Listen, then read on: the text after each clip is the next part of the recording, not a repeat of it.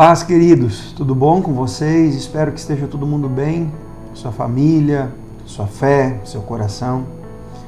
Hoje nós gostaríamos de abordar um assunto, a propósito dessa série que começamos aqui, sobre gabinete pastoral. São assuntos que abordamos aqui no nosso cotidiano, problemas dos mais variados, né? Costumo entender que temos tantos relatos de tantos problemas na Bíblia e muitos deles nos inspiram porque são coisas semelhantes, coisas que nós vivemos. Então é lógico que aquilo que tratamos aqui no individual, entendo também que a palavra de Deus é como uma calibre 12, né? E que quando você dá um tiro acertando um alvo, ela espalha para tudo que é lado e acaba pegando num monte de gente, né? E assim é com cada problema que temos vivido. Hoje nós vamos falar sobre relacionamentos familiares. No início da conversão, principalmente, né? Aquilo que é compreendido, aquilo que é mal compreendido, né? Eu espero que você seja edificado com essa nossa conversa. Primeira coisa que precisamos entender: hoje o Brasil, ele não foi evangelizado, ele foi cristianizado. Mas essa cristandade que no Brasil é professada, ela não é sã, ela não é segundo o entendimento bíblico, ela é normativa de homens. Pegar os preceitos, a cultura, as doutrinas, aquilo que foi catequizado na nossa nação, não tem, tem quase nada a ver com a palavra de Deus. Então, quando hoje as pessoas falam em se converter a Cristo, tá? Principalmente ir para o Senhor Jesus, converter, batizar, isso gera um choque cultural, principalmente no âmbito da família. Porque compreende-se que, exemplo, eu pegar a doutrina do batismo, a pessoa quando se batiza nossa, virou para crente agora, o que é esse novo ensino? Quantas vezes nós já ouvimos isso? Mas quando nós vamos para a Bíblia, a exemplo, estou só pincelando um tema, nós vamos ver que não tem nenhum batismo infantil, nenhum. Não tem, pode ler o Novo Testamento, você não vai encontrar nenhuma criança sendo batizada, mas somente adultos.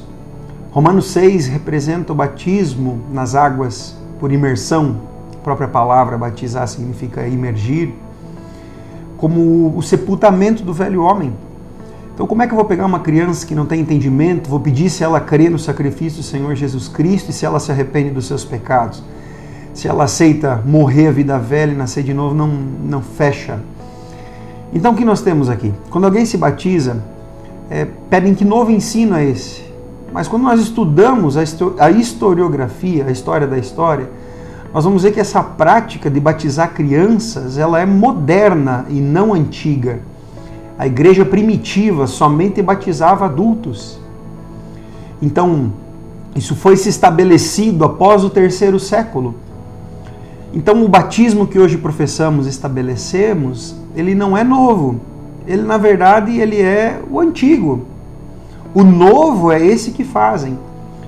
Mas, enfim, que esperar de uma nação que não lê Bíblia, que não estuda, que vai por achismo, preceitos culturais? Por que estou abordando isso?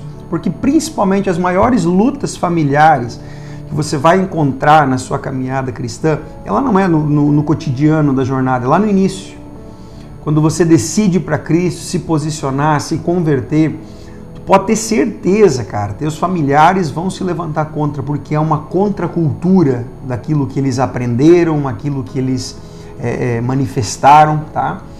E aqui nós temos vários preceitos na palavra, porque Cristo já sabia disso.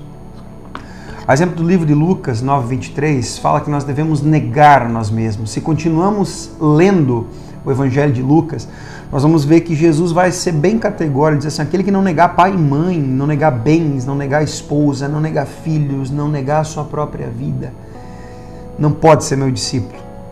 Obviamente Jesus não está quebrando princípios familiares, porque Deus ama a família, mas Ele está quebrando entendimentos, uma identidade religiosa, cultural, inútil, que é transpassado de pais para filhos. Você vai ver Jesus Cristo mudando nomes de pessoas à medida que seguem Ele. A exemplo, o nome de Pedro originalmente era Simão, né? Algumas traduções colocam como Cefas. Cara, somente um pai dá nome para o filho. Quando alguém foi a Jesus, Cristo mudou o nome dessa pessoa. O que Cristo está fazendo com o pai desse cara? Você compreende? Exemplo, muitos de vocês não foram planejados, foram um acidente do acaso, mas Deus planejou. Deus é mais importante que seus pais. Você precisa dar resposta a Deus. Logo, usando isso como exemplo, muitos pais se levantam contra os filhos porque não há um entendimento das Escrituras e sim uma normativa querendo continuar preceitos religiosos. E o que Cristo manda fazer? Manda negar. Nota, não é negar o nosso pai e nossa mãe, falar vai se lascar. Não, nada disso. Porque a própria palavra nos orienta a honrar pai e mãe. O que nós temos que negar então?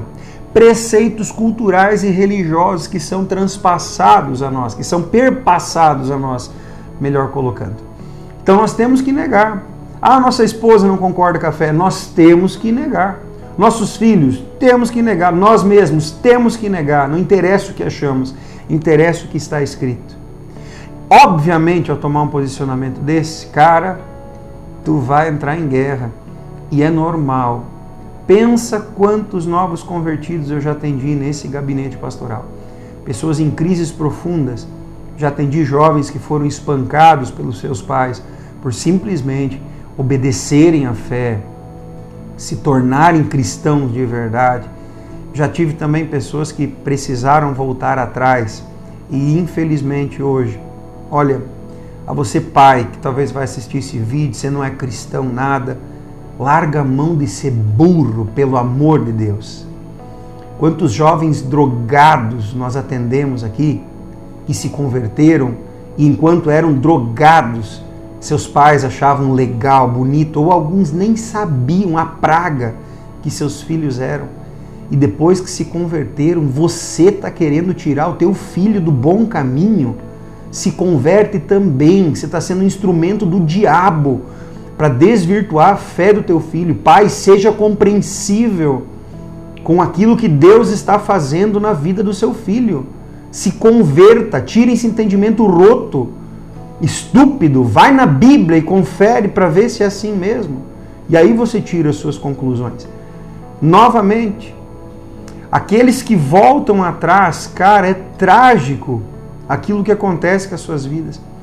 Nós temos que negar pai e mãe. Pois bem, neguei o entendimento do meu pai e da minha mãe. O que vai acontecer? Guerra. Tá? Ah, minha esposa, guerra.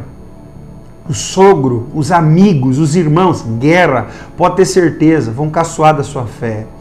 Vão vir bagunçar seu entendimento. E uma coisa tu tem que entender, Jesus já previu isso. E orienta você a ficar firme. E eu não posso falar outra coisa. Eu tenho que continuar dizendo o que Jesus disse. Fica firme na fé, em nome de Jesus.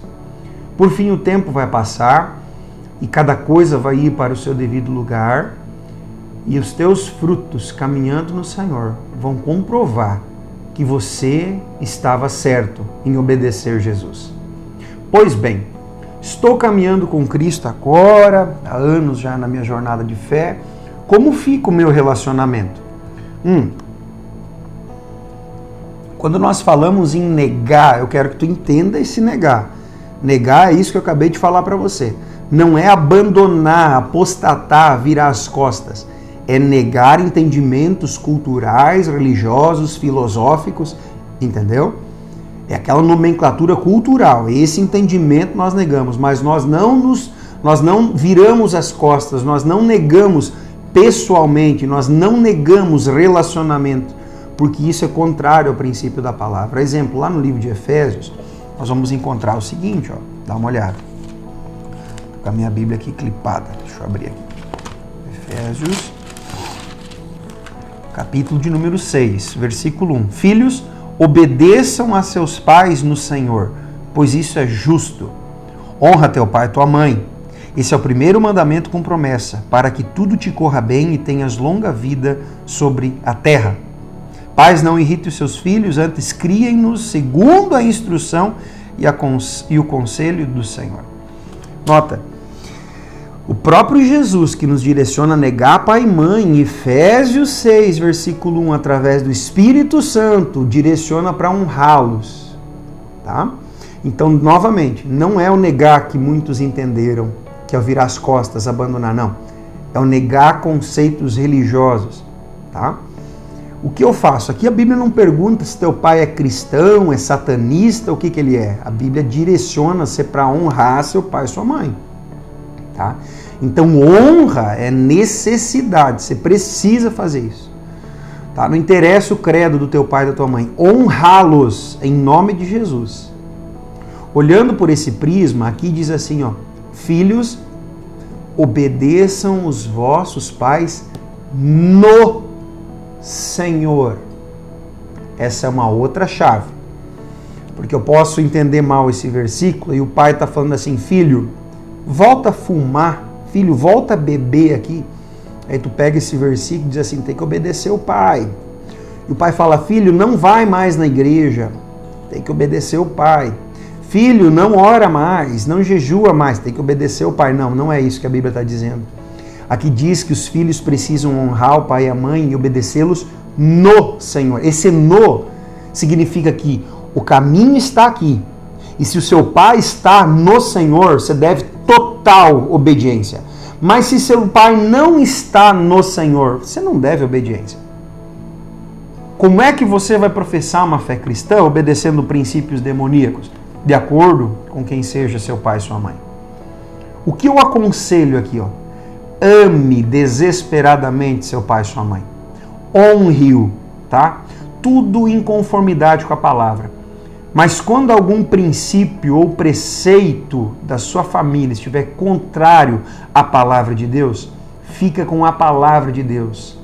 Porque nossos pais vão passar, Deus não.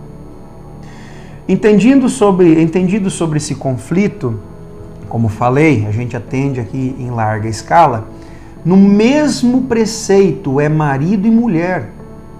Lá em 1 Coríntios, capítulo de número 7, vai ter um confrontante, uma crise lá. E diz assim, se o teu marido é crente, a esposa não é crente, ou a esposa é crente, o marido é crente, e eles consentem em viver juntos, vivam. Tá? Quantos cônjuges que convertem, vão a Cristo, e os outros cônjuges não querem saber de Deus, querem continuar na zoeira. E aqui em 1 Coríntios 7, Deus abomina o divórcio, mas ele diz assim, se o ímpio consente em viver casado, não se separe. Tá? De novo, não é que parece que Deus gosta do fight, é que ele quer salvar o seu cônjuge também, através de você, tá bom? Você, maridão, teu comportamento, tua dinâmica de vida, teu cônjuge vai notar que você está sendo transformado. Mesma coisa você, querida irmã. Mas ali diz assim, olha como é chocante 1 Coríntios 7. Mas se você por se converter, por estar em Cristo, e o cônjuge incrédulo não quer ficar com você, não quer permanecer com você, tu sabe o que a Bíblia diz? Deixe ir. Porque nós fomos chamados para viver em paz e não sobre escravidão. Aqui não diz larga Jesus para ficar com o cônjuge. Ali diz, o cara quer ir embora, deixa embora. Mas não negue sua fé. Você percebe que um evangelho bem vivido, segundo a palavra de Deus, ele é... Eu ia usar a palavra extremista, mas cheguei até a dar uma pensada. Mas ele é firme. Não tem palhaçada, não tem brincadeira, é firme. Então sejamos assim, de acordo com os escritos da palavra do nosso Senhor Jesus. Já vi um monte de bunda mole, querer agradar cônjuge e desviar. Tá? Agora, também já vi um monte de nego firme, cara. Falar, tô em Jesus e não nego, e não volto atrás. E hoje, toda a sua casa segue, serve, ama o Senhor Jesus. Já vi casais de namorados, namorada crente, namorado ímpio. A namorada fala assim, nego, você vai para a igreja e vai converter, e assim nós vamos casar, senão não vamos casar não. E o cara vim para a igreja, tá? Isso aconteceu poucos dias aqui. O cara veio para Cristo, se converteu, se apaixonou por Jesus e terminou o relacionamento com a namorada. Tá? Que Jesus é mais importante do que qualquer coisa. Tenha uma fé assim, querido. Amém? Se você está passando algo nesse sentido, precisa aprofundar. Pastor, minhas crises são diferentes do que essa. O gabinete está aqui. Isso aqui não é somente virtual. Aqui no virtual a gente espalha chumbo, mas aqui no gabinete a gente é sniper. Vem pra cá, vamos marcar um horário. Tamo junto. Um beijão, viu? Deus te abençoe.